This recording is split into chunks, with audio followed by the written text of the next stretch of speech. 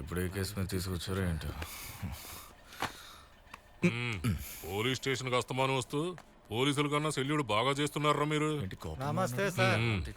Head అయ్యా. ఈసారి ఎవరింటికి కన్నం వేశారు? ఇల్లు కాదు మిల్లు సార్. మిల్లా? అవును సార్, చెక్క ముక్కుతో తాళం చేసి నా మిల్లు లూటీ చేశారు సార్. సార్, అతను చెప్పిందంతా నిజమే, కానీ కొట్టేసింది బియ్యాన్ని కాదు, ఓకని. ఓకనా? 10 రోజులు లీవ్ తీసుకొని ఇప్పుడే డ్యూటీలో జాయిన్ అయితే అప్పుడే మొదలెట్టేస్తారా మీరు?